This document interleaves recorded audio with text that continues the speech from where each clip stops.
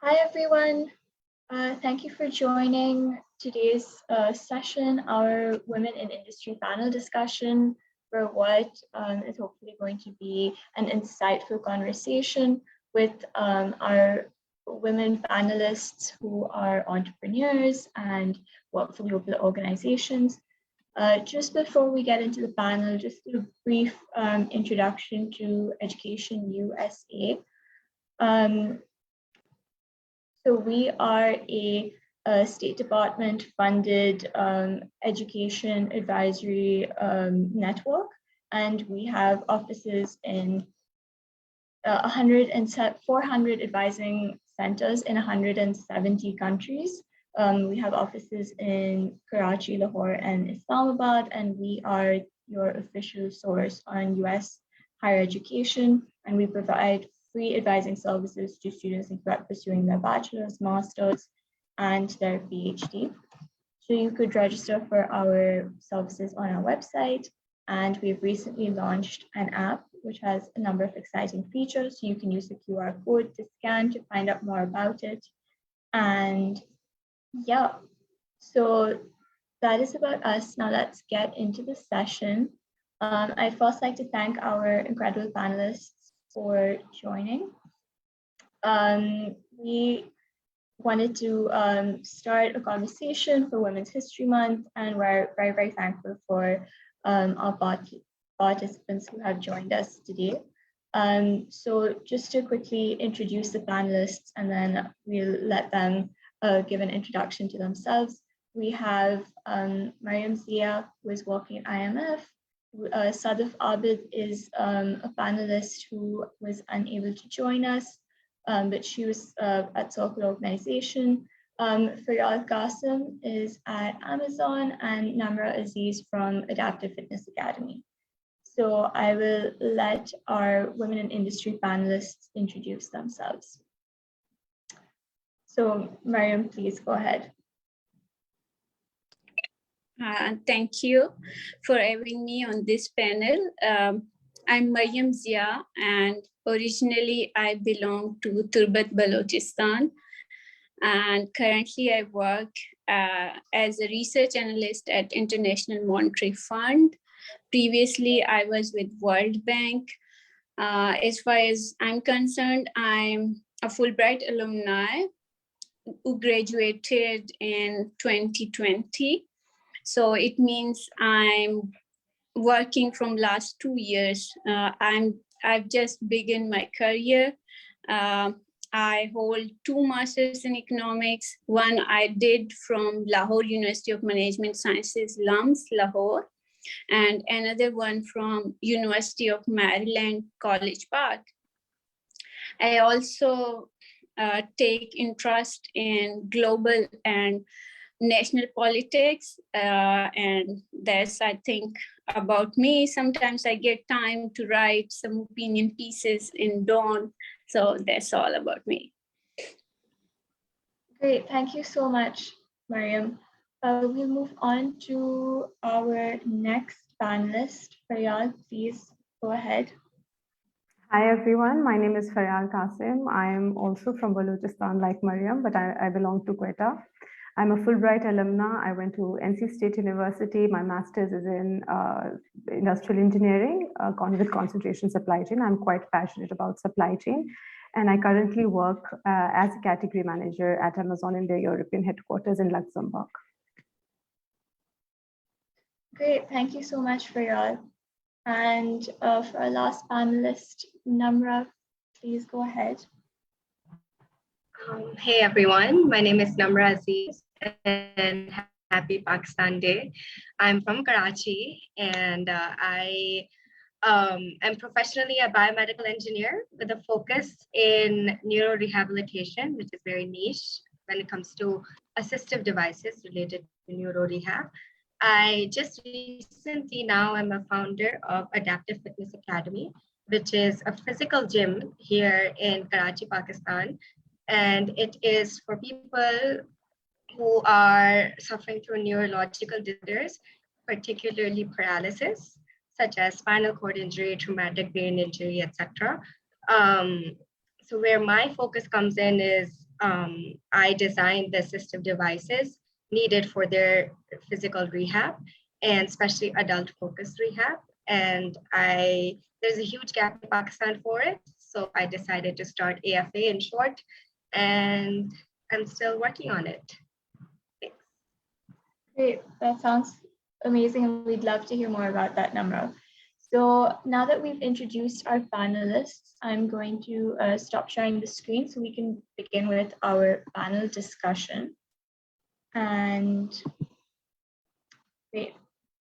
So our first panel discussion point is what would you tell young women who are just starting to work? What would you like them to know? And maybe you can share a little bit about your experiences in education in the field that you were studying in, and a little bit about how it led to where you are now.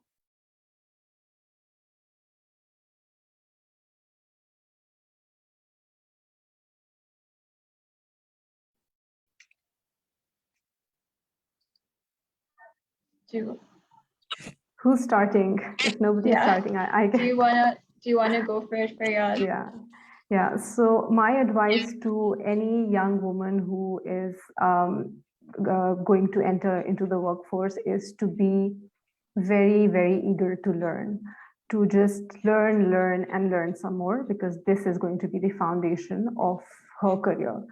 Other than that, to believe in herself. So there will be too many people around you who will try to break you down. So it is, if you have the belief in yourself, you'll stay strong. The third advice that I would like to give is to surround yourself with people who believe in you, to make sure that you have that right kind of support system in place, and try to find the right kind of women and connect with them. Try to make that female support system, if not otherwise. And then make sure the cycle goes on. So support, encourage, empower, and lift others around you. That would be my advice. Thank you, Faryal. So would you say that networking, you mentioned connecting with others, would you say networking was something that really helped you with your career? I also know that you're part of the Fulbright Alumni Network. Was that something you utilized your college alumni network? Could you tell us a little bit more? Yes, of course.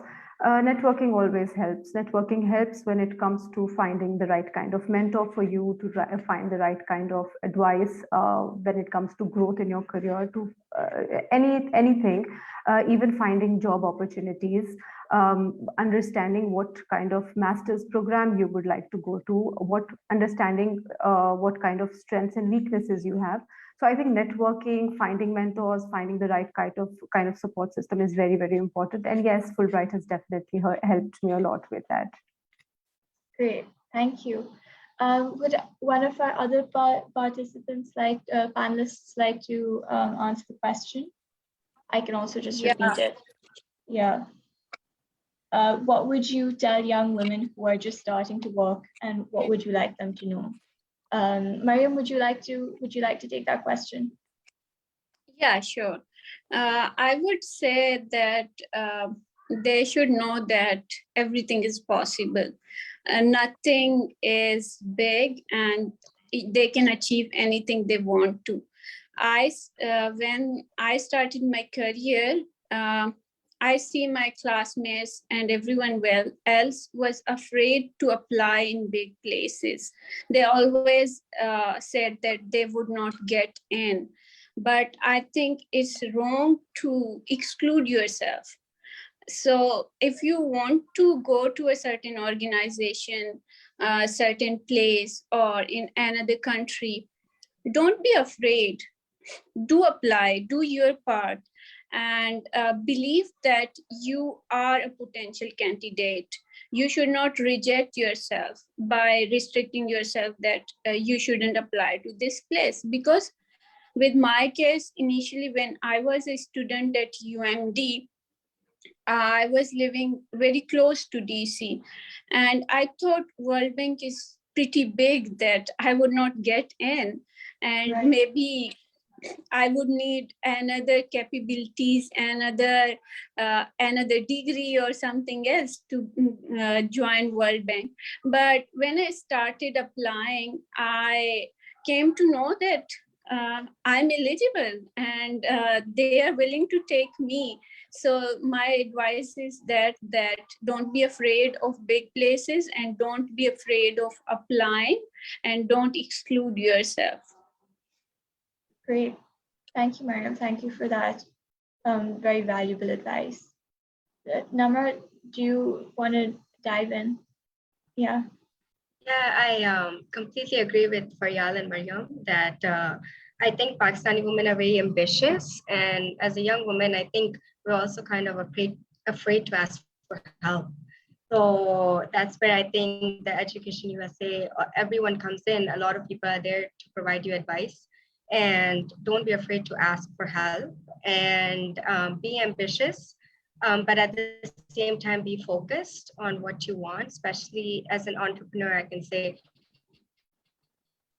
that going into masters, don't go and be specific in your search, and don't be afraid to ask for advice and help.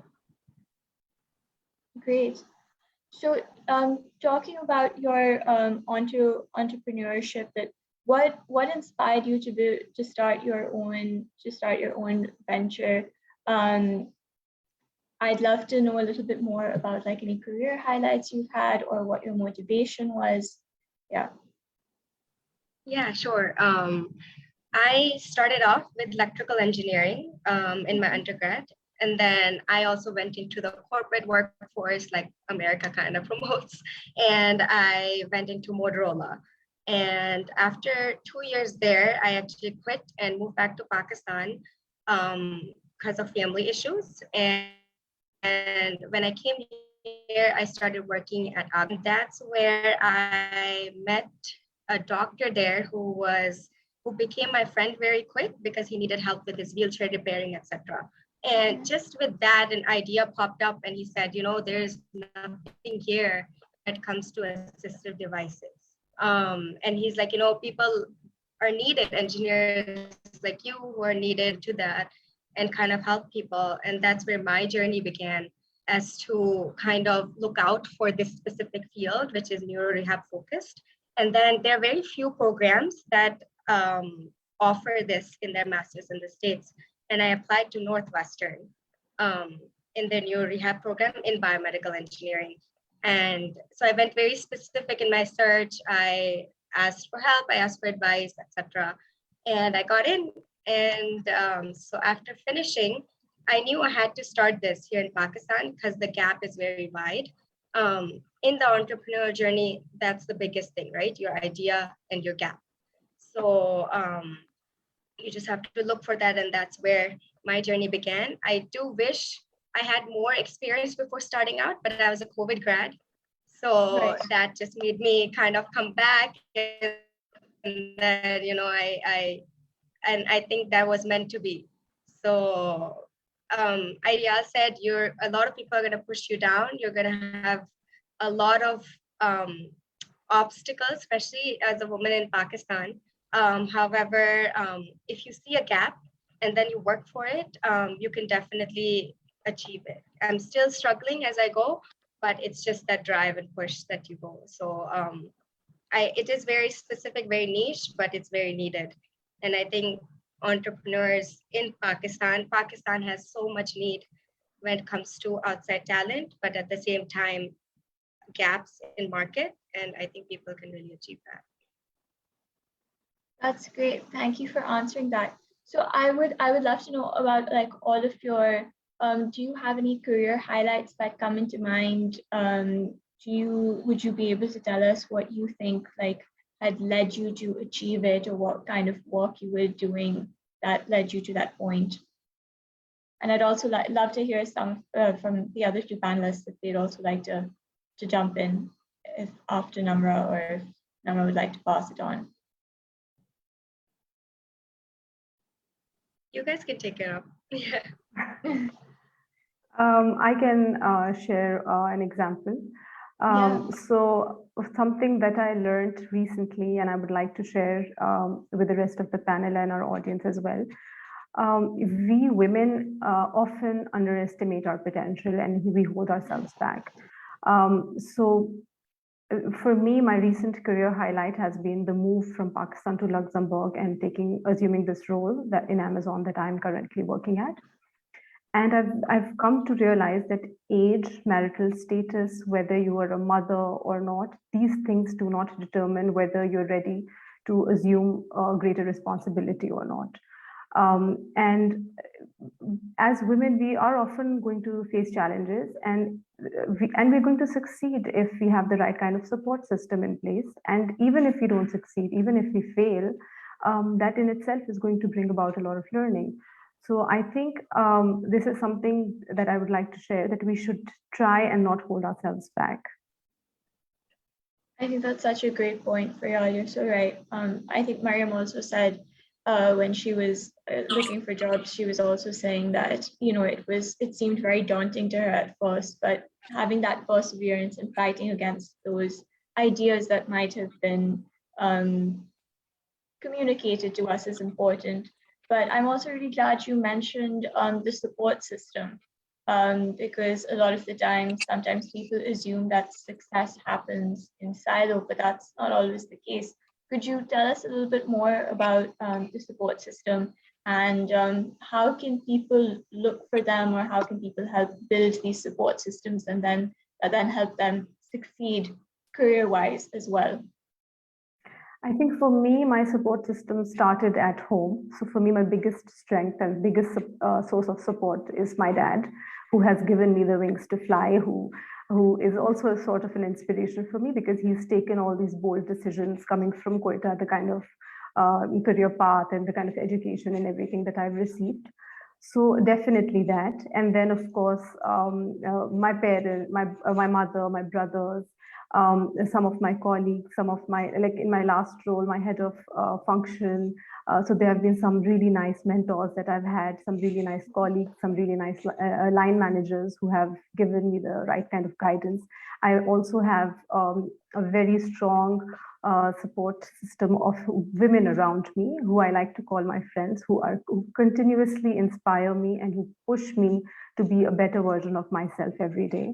And last but not the least, definitely my husband, who was willing to support me with this move across a continent. That's amazing. That's amazing, and I'm so happy that you were also able to nurture these support systems. Mariam, would you like to jump in? We'd love to hear what you think, whether it's about career highlights and support systems. Please go ahead. I would say that the biggest highlight of my career is that I'm successful, not as a doctor, because when I was young, or when I did my college, my family was like, be a doctor, and they were not happy about my decision of opting out of medicine. So this is one thing, and this applies to every, I think, girl in Pakistan, that when they graduate their intermediate or A levels, the first option they get is go to medicine or go to a medical college. I guess being successful without being a doctor is my career highlight, that I'm at a good position. I'm working at IMF and I'm not a doctor. And secondly, that at one point I was having like 3 job offers after my graduation.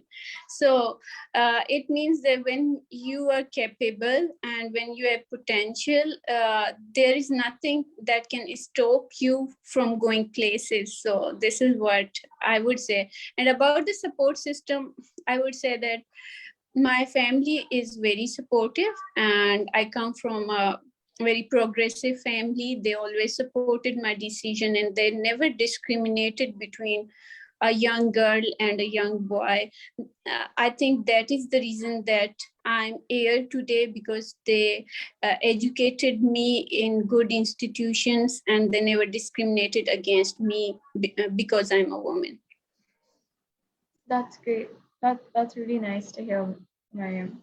And thank you. That was inspirational. I think you're so right. I think a lot of the times people assume that there are a few options for women or just for people in general in Pakistan to pursue career-wise, and doctors are very high on the list for Desi parents. I would love to know a little bit more about professional inspiration. So, it, do our panelists have like any professional inspiration that they've drawn on? We were talking about mentors a little. If you could tell us about, someone who maybe had inspired you professionally to maybe make a career change or to pursue a certain thing, or even within an organization, maybe one that you're currently working at. Have you had any mentors, and could you tell us a little bit about them? Tell us about someone that has inspired you professionally. Yes. Uh, I think in economics, we don't see a lot of women, but Geeta Gopinath coming as the deputy director of IMF, there was an inspiration. Seeing a woman of a color actually leading IMF, that was very powerful and very inspiring. And at the same time, I think as an international student, when I was studying, I could relate to her journey because she came as a master's student to US, and then she did her PhD, and then she went to Harvard as a professor and later to IMF. I think she inspired me, and as growing up, I used to read about all the women leaders. Like I heard about Asma Jahangir within Pakistan. She was very inspiring for me, that she used to go to public spaces and she used to go to protests and she used to be everywhere. That was also very inspiring to see that women could be part of public life and they could be a part of public offices. So I think these things inspired me, and these are my inspirations. Great, thank you for that, Mariam. Namra, did you have a mentor maybe in grad school when you were doing your degree? Somebody maybe who inspired you career-wise also to pursue, or like a role model you looked at to set up your own business? Yeah, I have actually a couple. So in my grad school, Northwestern's associated with the #1 rehab hospital. And I was working as a researcher there. And his name is Todd Kuiken, and he was the head of the research department. And he was more of like a mentor, I guess you can say, because he's the one who pushed me to go in the non-traditional side of things and pursue my entrepreneurial journey. Because looking at others, you want financial stability, you want to be in a job. And then he was the job that I was aspiring to be. I want to be the head of research, all of that. And he said that, I'm here, you're looking at me, am I special? And then I was like, you are in my eyes. But he said that if you do see a gap in your own country, pursue it, and answers will come with it if you do it right. So he's the one who kind of pushed me to go to the non-traditional side. And I think that was pretty, if you can say. And secondly is one person named Sakina. She had kids, 4 kids. She's Pakistani. However, she's founded a similar clinic back in Chicago. And I came across her and she said that if I can do it with 4 kids, you can do it without, and just keep pushing and just graduate and do your thing. So I think that was something that these small things which are said, so I think, regular people make a difference in your life too. That's such a great point. Could you give some advice to our audience about what you should look for in a mentor?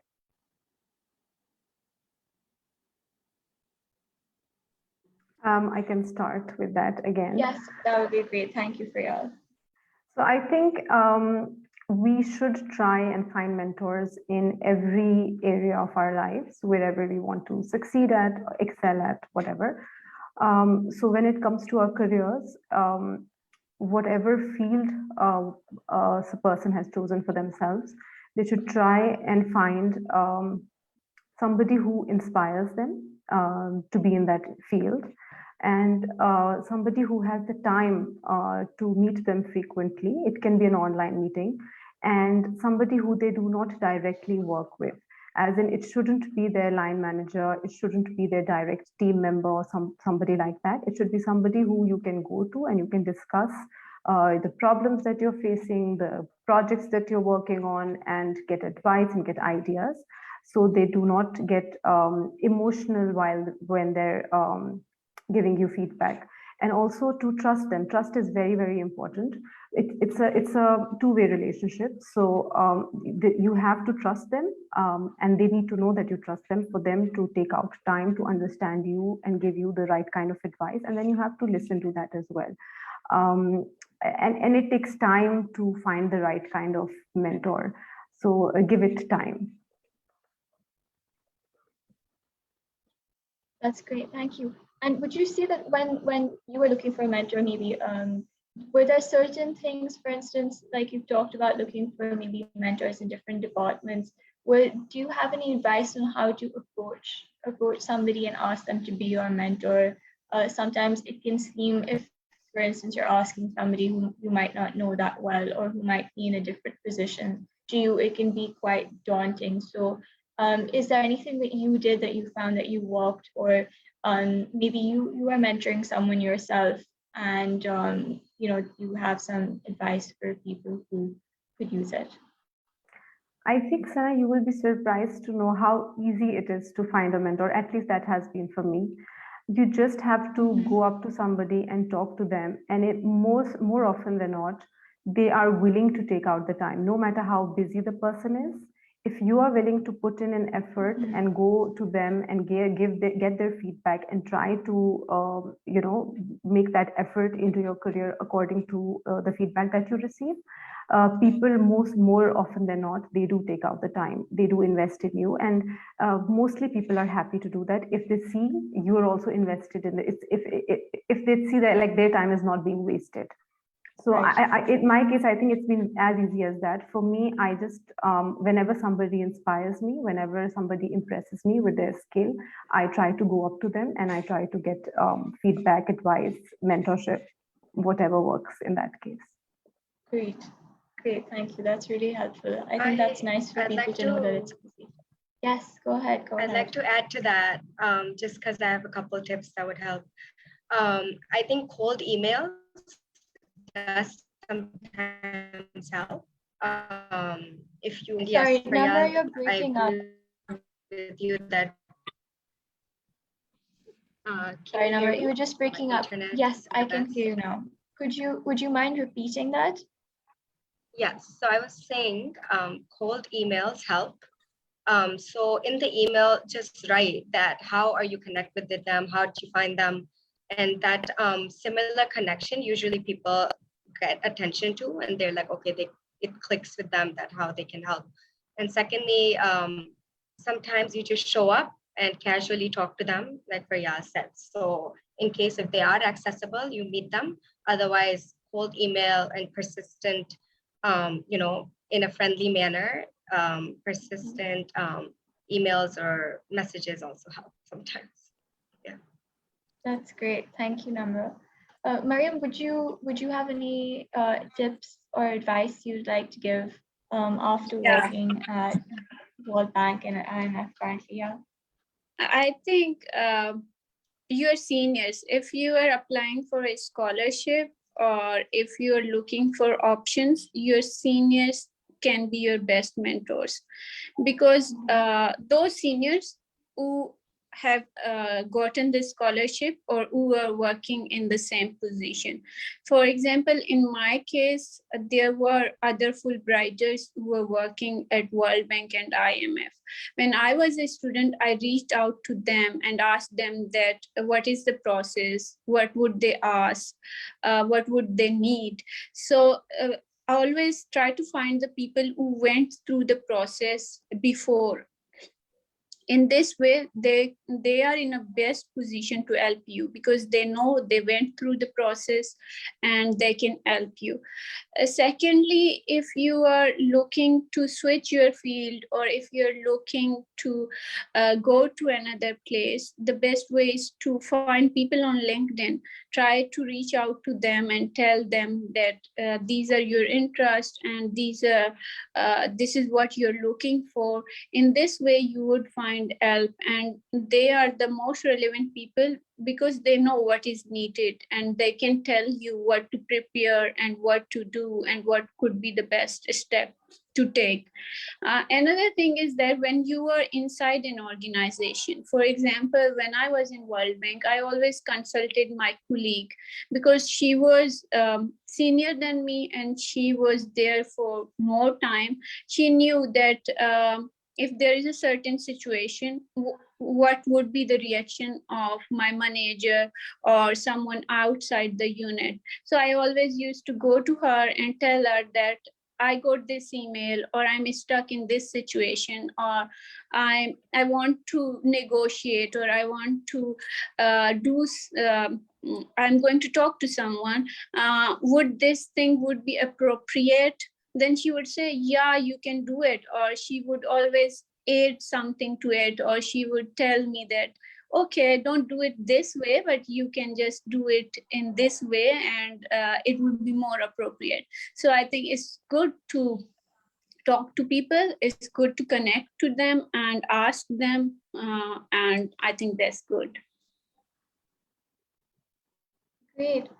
So I'm really glad we're talking about this because it reminds me of something where sometimes people are afraid to ask for help, especially, if you're a young woman who's just starting out, you want to seem confident, you want to come across as, being knowledgeable or being a little savvy in that sense. So would you say that, as a young woman starting out in the industry, that maybe there's a balance they need to strike, or maybe there are certain ways that they should ask for help or look for it in a certain way, or do you find that in the workplace, it doesn't really matter who's asking the questions? I think it is a very valid question that a month ago I met someone in DC, means he was a man and still he was afraid to ask to his manager that whether his contract would be extended or not. And he was very afraid to ask about it. But at the same time, he needed the answer, because he wanted to know whether he need to find another job or not. Then he asked me, Maryam, if I ask this question to my manager, would they think that means they would mind, or it would be an offensive question? I was like, Right. no, it is not an offensive question. It is your right to know, and you should know before time that whether they are keeping you or not.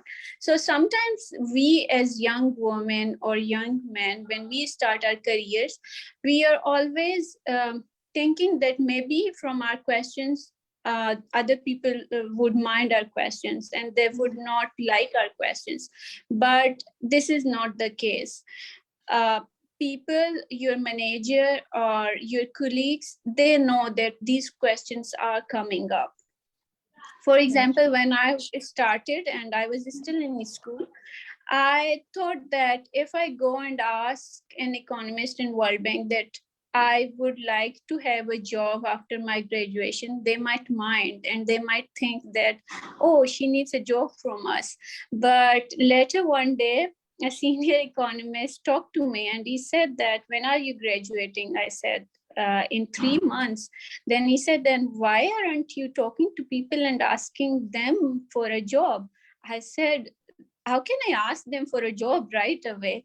Then he was like, you're graduating and this is expected of you, because as a young graduate you would need a job and they know about it, they would not mind. So I think sometimes we have these apprehensions in our mind that maybe other person will mind our question, or we are afraid to ask, but it isn't the case. And you should always go ahead and draft a good email and clearly ask your question.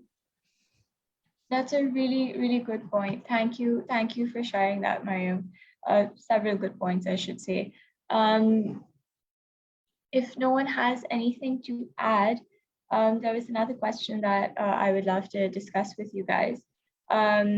Is there anything you wish you had done differently in your career? Are there any opportunities, job opportunities or careers that you would have liked to explore? Does anyone want to start? I can start on this one. Great. So I'm in supply chain, and supply chain is huge. For those who don't know, supply chain is basically, it encompasses all the activities that result in delivering a business product to your customer. So from the sourcing of raw material to the delivery of the product till the doorstep of the end customer. And it has a lot of different functions in it. So we have planning, we have forecasting, logistics, procurement, customer service, and the list goes on and on. So supply chain is huge, and there is a lot of opportunity to do a lot of different things in supply chain, and especially today when it's going through this major innovation and change and all of that. So I always feel, even though I'm in supply chain, I always feel like there is more that I'd like to do. I want to do everything, and there is not enough time for me to do everything. So one thing I would have liked to do a little bit more of, or maybe a little differently, would have been more of data analysis, especially considering from undergrad, I'm an electrical engineer and I do know quite a few programming languages. That is something which is not currently in practice in my current job role. But of course, now that I'm in Amazon, I am exploring the possibilities of incorporating that in my job as well. But yeah, so big data, data analysis, artificial intelligence, machine learning, all of those things. That's some extremely helpful and practical advice for y'all. Thank you. Because yes, I think the world is going towards an extremely tech-driven way, and I think it's seeping into every industry. So having those coding skills, those data analysis skills will come in handy no matter which industry you go for. So my question to you is then, if you do have those skills, is there space for you, like in your job, to maybe negotiate? Like, how does one utilize skills that they may have but may not be able to use on the job? So do you have plans to use them? Is what I'm Yes, asking. of course. Yes. So right now, most of the roles that, especially in supply chain, from my experience, I can talk about it. Most of the roles have a lot of data in them. So it really is up to you how you want to, in your current role, how do you want to use the existing data? What kind of data analysis do you want to do, and what kind of skills do you want to develop to do that, or maybe even hire help or get help or whatever. So it's really up to you, especially when you're in a middle management to a management level where you are empowered to take your own decisions. There's a lot that can be done in that area, especially if it's not being done before. And even if it is being done before, there's a lot more that can be done which is not being done before. So there is a lot of opportunity. I think it really depends on the person, how innovative and how initiative driven the person themselves are. Great. Thank you so much for that. That was extremely helpful. Thank you for y'all. Do any of our other panelists want to share some advice or jump in?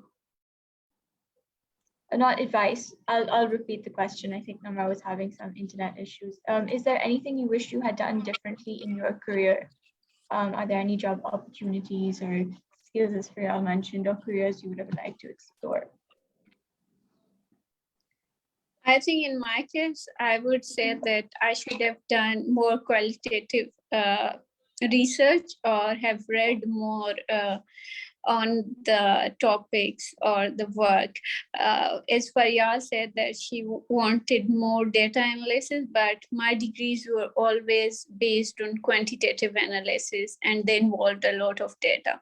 Secondly, when I was at LUMS, my degree was textbook oriented, means I was they were teaching us everything from the book, but we weren't applying those models and we weren't applying whatever we were studying in a practical way. So I think those who are in their master's programs, I suggest them that if you study a model or if you read about some technique, pick up some data set and apply that and see how it works out.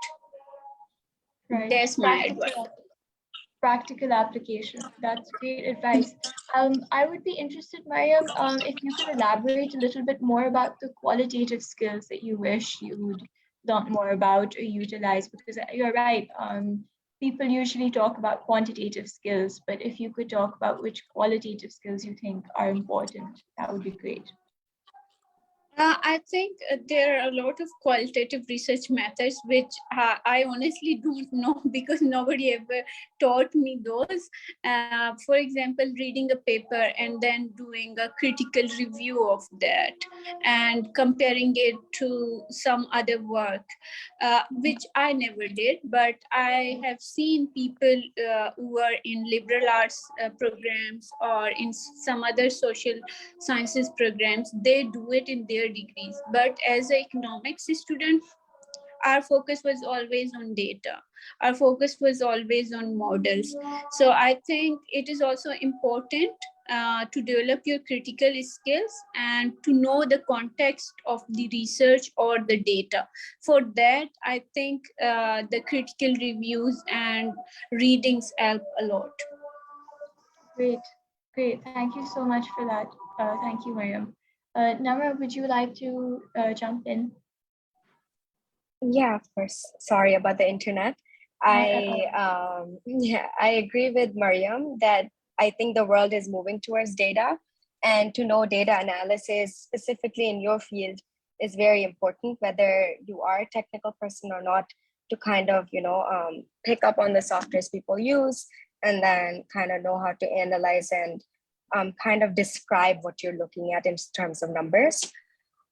Secondly, I will answer what I could have done, I guess, different or would have liked to do different in my career would have been not to try to speed things up, because for my master's specifically, I went into accelerated masters, and which was like a year.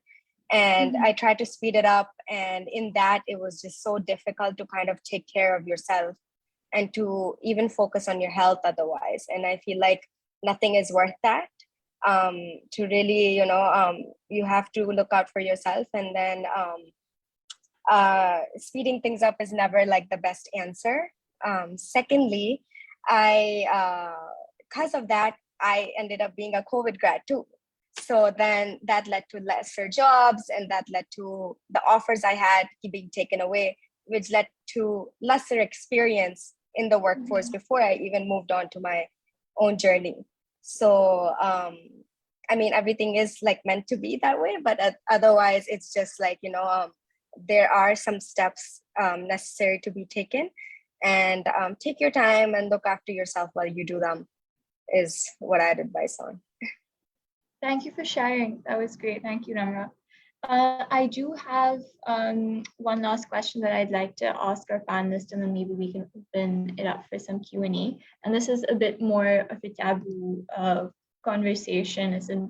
It's not really talked about too much, but I think it's really important to talk about, especially for women in the workforce, young women. It's not something I think that is explicitly talked about, but what advice would you give to young women on salaries and negotiating their contracts and their salary?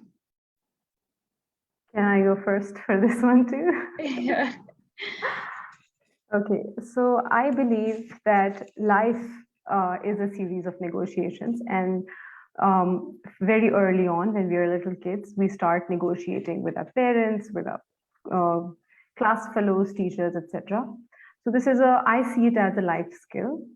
So everyone should know how to negotiate. Then when it comes to giving advice on negotiating, I think everyone should always ask for more than they are getting. And you already have an offer in hand, you don't have anything to lose, ask for more. It's never too much. Be fierce and fearless and negotiate hard because you're worth it. And if you look at the data, like the studies have shown that people who negotiate versus people who don't negotiate, chances are that people who are negotiating will get more earnings compared to the ones who don't negotiate at all. And then other than that, there are also studies that show that about 80% of the recruiters, they report that candidates who negotiate, they make a better impression on the organization or the interviewing people. And especially there are some jobs like mine where I am in procurement, where I have to demonstrate my negotiation skills day in and day out. For jobs like these, if I'm hiring, I would not hire somebody who doesn't negotiate. So I think negotiation is very, very important.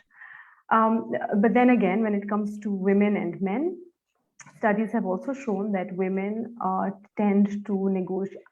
They tend, more often than not, women try not to negotiate. And even when they do negotiate, they negotiate less compared to what their male counterparts are asking for.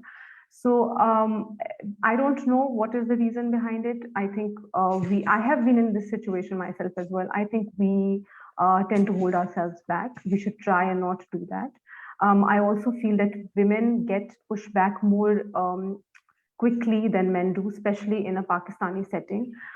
They are labeled bossy, pushy, whatever, when they're trying to negotiate. I think we should not care about those things. I mean, it's 2022, for God's sake. And then also, like, you don't have to necessarily negotiate in terms of the package that you're receiving. You can negotiate in terms of the benefits. And if you're not getting the benefit that you want, then there should be a cost to each benefit, and that cost can translate into your salaries.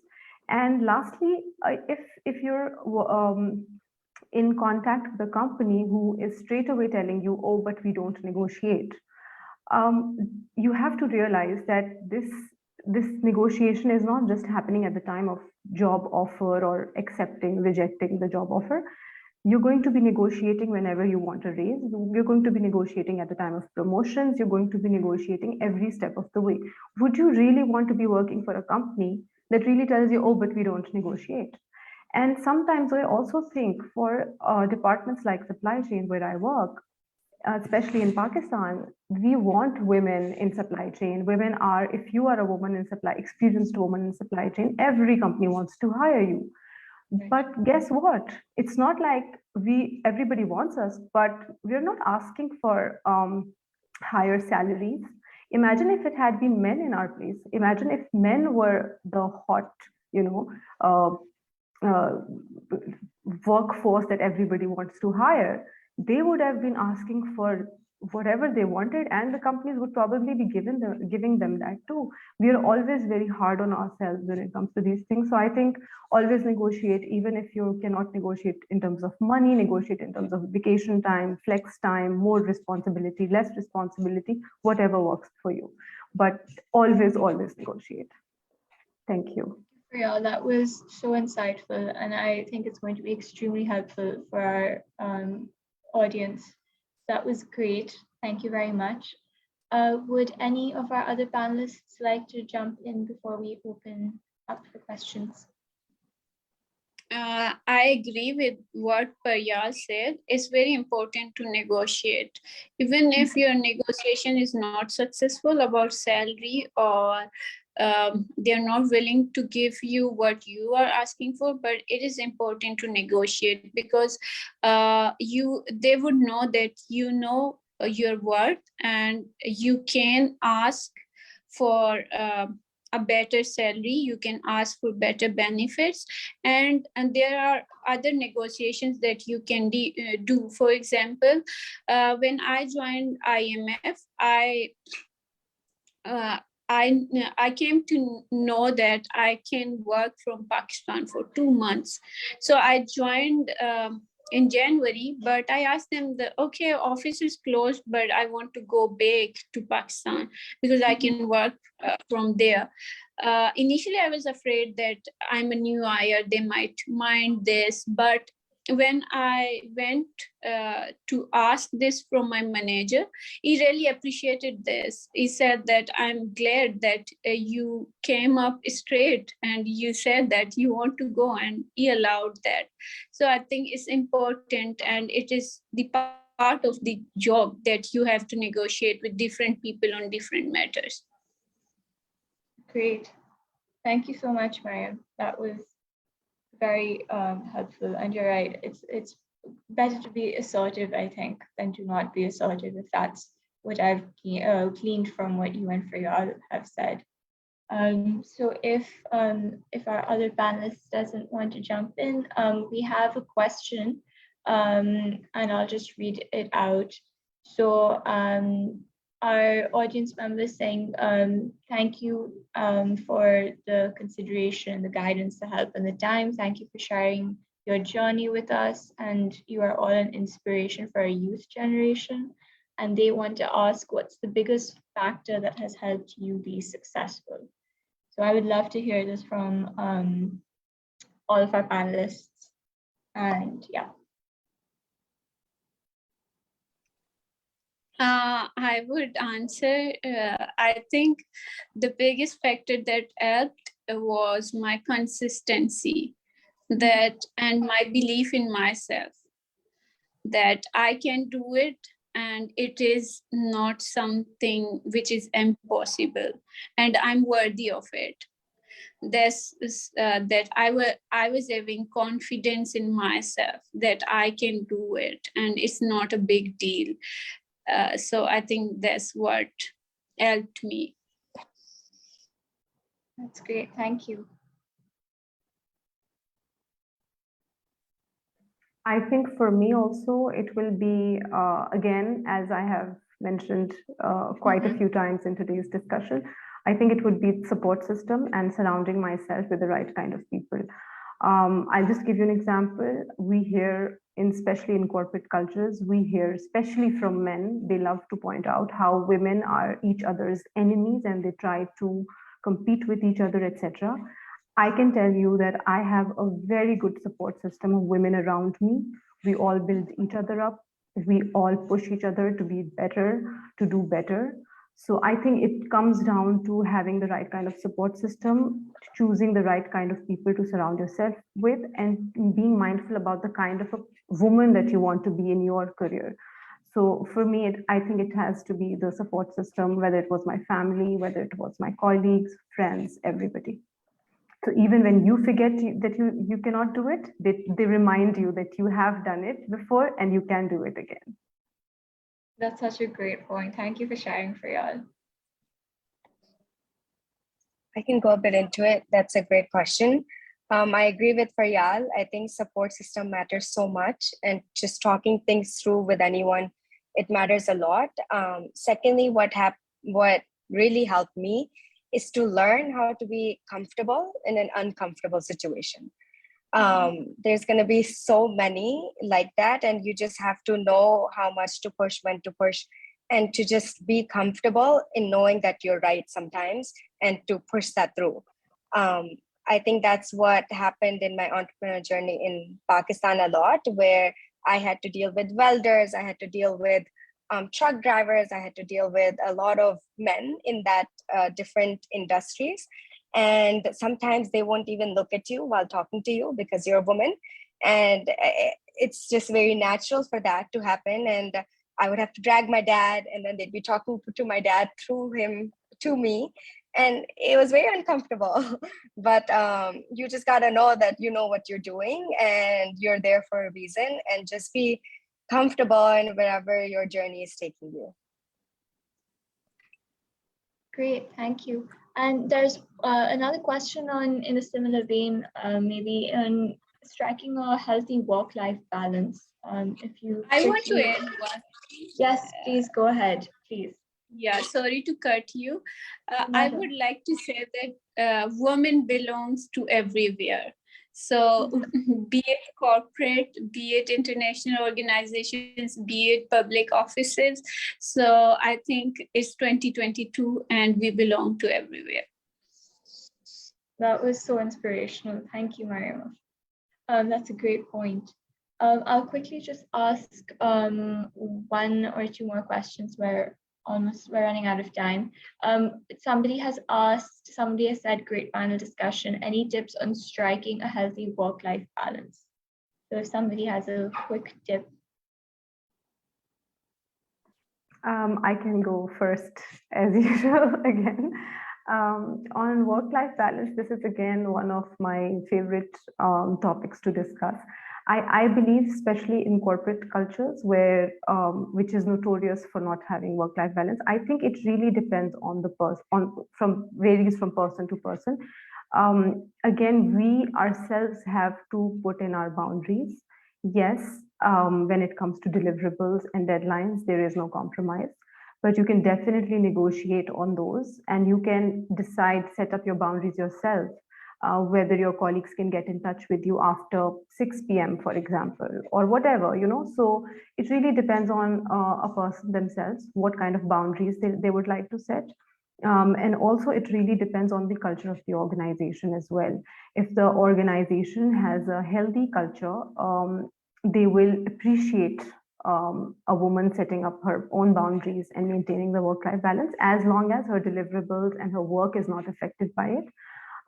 But of course, in Pakistan especially, we have quite a few examples where we don't have that kind of work culture. So that is something the organizations need to work on. As individuals, what we can work on is setting up our boundaries and making sure our teams and the people who join us in the future, we provide the right kind of culture to them.